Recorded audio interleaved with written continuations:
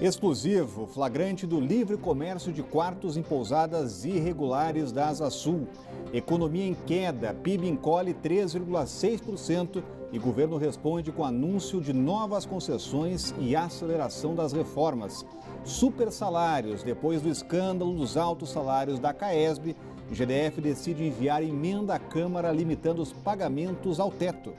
Os fatos da política do DF e do entorno que você confere a partir de agora no Band Cidade, primeira edição.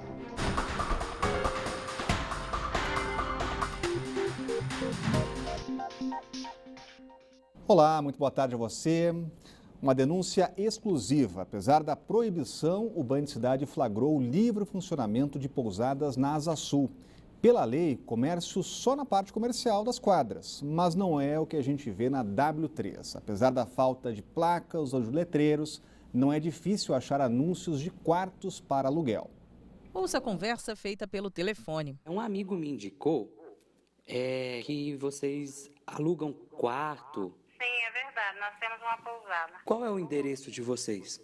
Avenida W3 Sul. Eu chegando aí hoje, como que eu faço para dar entrada na pousada? Só tocar a campainha, que hora que o senhor vai chegar? Olha, eu tô pretendendo chegar aí no plano por volta das 7 da noite. É só tocar a campainha, tá? O diálogo foi feito entre o nosso produtor, com nome fictício de André, e uma funcionária de uma pousada que funciona irregularmente na quadra 705 da Asa Sul. Depois do acerto pelo telefone, André foi pessoalmente até o local conhecer a acomodação. O quarto simples mensal é R$700. Pode fechar. Tem TV, ventilador, banheiro coletivo e a suíte R$900. TV, frigobar, ventilador e banheiro privativo. Em ambos está incluído água, luz, internet, roupa de cama e banho e serviço de limpeza semanal. R$700, senhor, é mensal, só ficar um mês, 30 dias. Dias depois, nossa reportagem foi até o local. A funcionária não quis nos receber e, apesar das imagens que mostramos, ainda disse pelo interfone que a casa não é mais uma pousada. Alô, quem fala aqui é a Érica da Band. Queria dar uma palavrinha com você? Sobre o funcionamento de uma pousada aqui. A gente está fazendo uma reportagem nesse sentido, aí gostaria de ouvir de vocês, assim, o que vocês têm a falar. Não, aqui não é pousada mais não, moça, já fui. Mas eu gostaria de gravar com você, é possível? Não, eu estou muito ocupada, tá bom? Muito obrigada, bom dia. Desculpa, eu não ouvi, passou um ônibus e veio na hora. Você pode falar de novo? Eu estou muito ocupada, que aqui tem uma pessoa doente, eu estou cuidando da pessoa, não vou poder lhe atender, tá bom? Mas aí você fala que não é pousada, então, é? Não. Não é mais, é isso? Não é mais. Deixou de ser quando? Não me lembro, tem muito tempo, moça. É que um produtor nosso veio aqui essa semana e ia alugar um quarto aqui com vocês. Moça, eu estou muito ocupada, você me dá licença? Bom dia. Obrigada. O problema é antigo. Cosme mora na região há 18 anos. Desde então, luta contra esse tipo de hospedagem no local. Infelizmente, o mesmo problema, batendo na mesma tecla e nada acontece. Você passa assim olhando, você vê o entra e sai de pessoas a parte da manhã e a parte da noite. É uma agressão muito forte ao tombamento e aos moradores de Brasília. A Agência de Fiscalização informou que das 75 casas notificadas, 41 encerraram as atividades. As demais foram apenas multadas. Olhando assim, até parece que não existem mais pousadas aqui nas 700, mas é que elas ficam disfarçadas, sem placas de identificação. Grande parte da clientela vem da internet. Esse comércio traz muita insegurança para a nossa região, porque como é uma região central, a questão de pousadas e pensões, que é incompatível com esse local, sem nenhum tipo de controle, faz com que se torne muito atrativo para pessoas que não querem se identificar, né? Pessoas que querem transitar pela região central sem nenhum tipo de identificação, possam se hospedar aqui. Nós temos que analisar aqui, sopesar dois direitos. Um pseudo-direito individual versus um direito coletivo. Um pseudo-direito individual de poucos empresários de explorarem comercialmente uma área proibida em desfavor de toda uma coletividade de moradores das 700 que convive com esse problema há muitos anos. É grande, hein? Achei que era menor por ser pousada. Gente, os quartos menores são de R$70. Ah, não são todos que são desse tamanho. Não. Depois de toda a fiscalização, Cláudio Humberto, operação que a gente viu, ainda tem gente dando jeitinho na W3. Pois é, olha, aqui Brasília é o reino do fato consumado, né? As pessoas fazem coisas ilegais, as pessoas invadem terras alheias, enfim, e vai criando o fato consumado e os políticos covardemente não enfrentam essa questão como deveria. A regra é clara, nessa região é proibida a atividade comercial, qualquer atividade comercial, e isso tem que ser respeitado, é lei, é lei. De outro lado, Brasília precisa resolver esse problema, que esse não existe, é um tipo de problema, por exemplo, que não existe em lugar nenhum do mundo, ou pelo menos no Brasil não existe isso. Em qualquer outra cidade, o cidadão que quiser transformar a sua residência numa pousada, ele pode fazê-lo onde quer que esse imóvel esteja localizado. Não é o caso de Brasília, aqui a lei ainda está em vigor e proíbe a atividade comercial nessa região e é indesculpável que os órgãos fiscalizadores como a AGFIS e a própria administração de Brasília se mantenham omissas, covardemente omissas nesse aspecto. 3 ex-executivos da Odebrecht foram ouvidos nesta segunda-feira no Tribunal Superior Eleitoral. As testemunhas do caso que investiga irregularidades na chapa que elegeu Dilma e Temer em 2014 foram unânimes em afirmar abuso de poder e pagamentos de caixa 2 na campanha. É o que você acompanha na reportagem. Um dos ouvidos nesta segunda-feira foi Cláudio Melo Filho. Em delação premiada, o ex-diretor de Relações Institucionais da Odebrecht relatou que em 2014 ocorreu um jantar no Palácio do Jaburu com o ex-presidente da empreiteira, Marcelo Odebrecht, Michel Temer, na época vice-presidente, e Eliseu Padilha, para acertar um repasse de R$10 milhões da empreiteira para o PMDB. 4 milhões seriam entregues a Padilha, hoje ministro da Casa Civil. Parte desse valor teria sido entregue no escritório do advogado José Yunes, amigo de longa data de Temer. Yunes deixou o cargo de assessor da presidência quando as informações vieram a público em dezembro passado. No fim de janeiro, ele admitiu ter recebido um pacote a pedido de Padilha, mas negou que soubesse do conteúdo e quem teria retirado a encomenda. Eliseu Padilha se licenciou da Casa Civil para fazer uma cirurgia na próstata. Ele voltaria ao trabalho nesta segunda-feira, mas prorrogou a licença médica por mais uma semana. Também prestaram depoimento nesta segunda-feira no TSE os ex-diretores Gilberto Mascarenhas, que chegou ao tribunal cobrindo o rosto, e Alexandrino Alencar, responsável pelas relações institucionais na Odebrecht. Gilberto é apontado como chefe do departamento de propinas da empreiteira. O tribunal já ouviu Marcelo Odebrecht, que confirmou o jantar com Michel Temer no Palácio do Jaburu, mas negou que tenham tratado de valores. Temer admitiu ter pedido dinheiro para a empreiteira, mas disse que tudo foi declarado à justiça. No processo também já falou o ex-presidente da construtora Odebrecht, Benedito Júnior. Conhecido como BJ, ele contou ao ministro Herman Benjamin que em 2014 a empreiteira repassou R$200 milhões para campanhas eleitorais. 120 milhões foram transferidos de maneira oficial.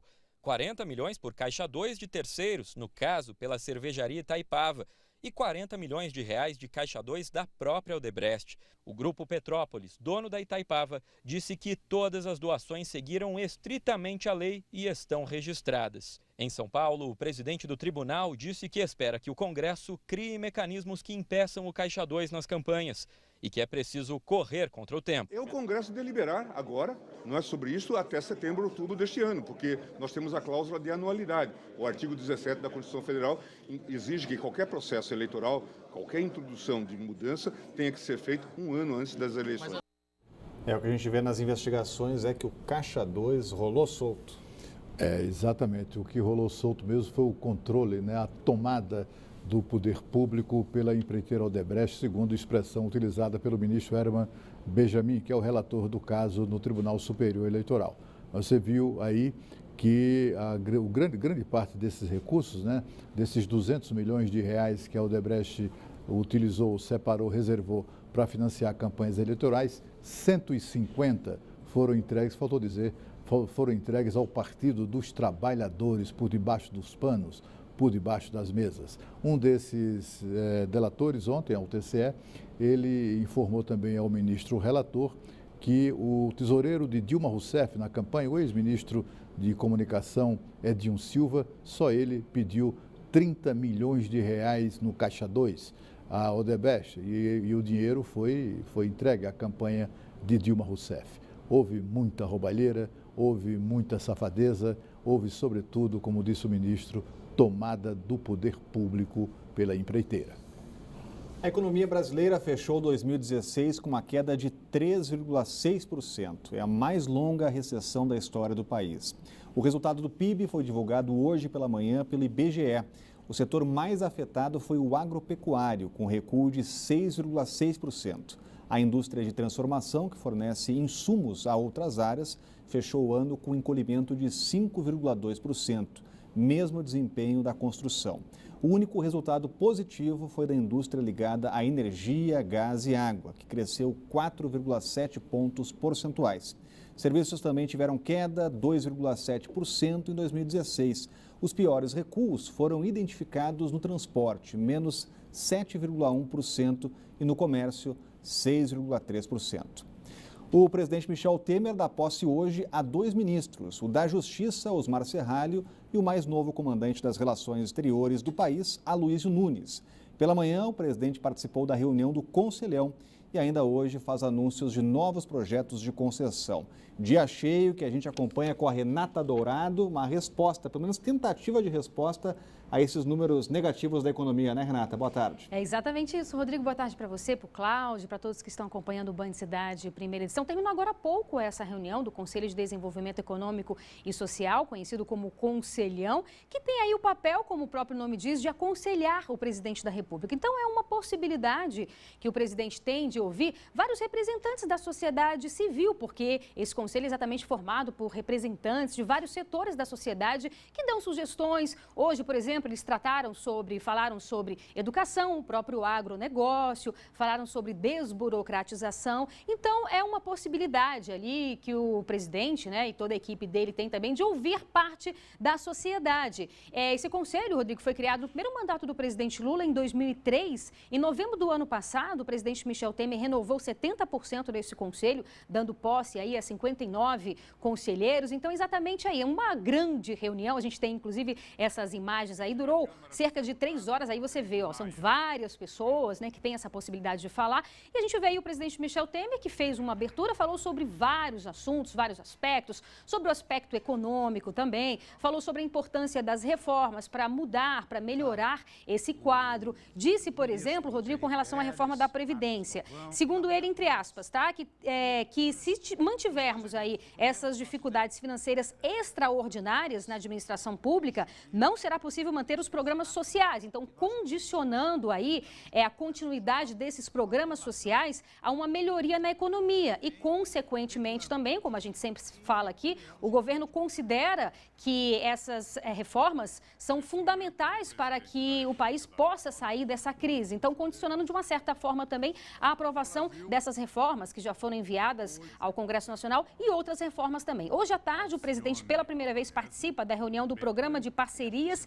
de Investimentos, aquele programa onde o governo de fato está investindo, espera aí ter um retorno, ter recursos, né? Então o governo vai anunciar aí 55 novos projetos, também deve anunciar a privatização de empresas de saneamento, deve anunciar mudanças também no que diz respeito aos investimentos nas rodovias. Tudo para melhorar de fato a economia do país, que é o que todos nós esperamos. Rodrigo. Obrigado, Renata. Essa tentação agora de reagir economicamente. Pois é, olha, a gente viu aí o resultado do PIB, 3,6% de queda, representa isso, é a face ou dá números, a pior recessão da nossa história.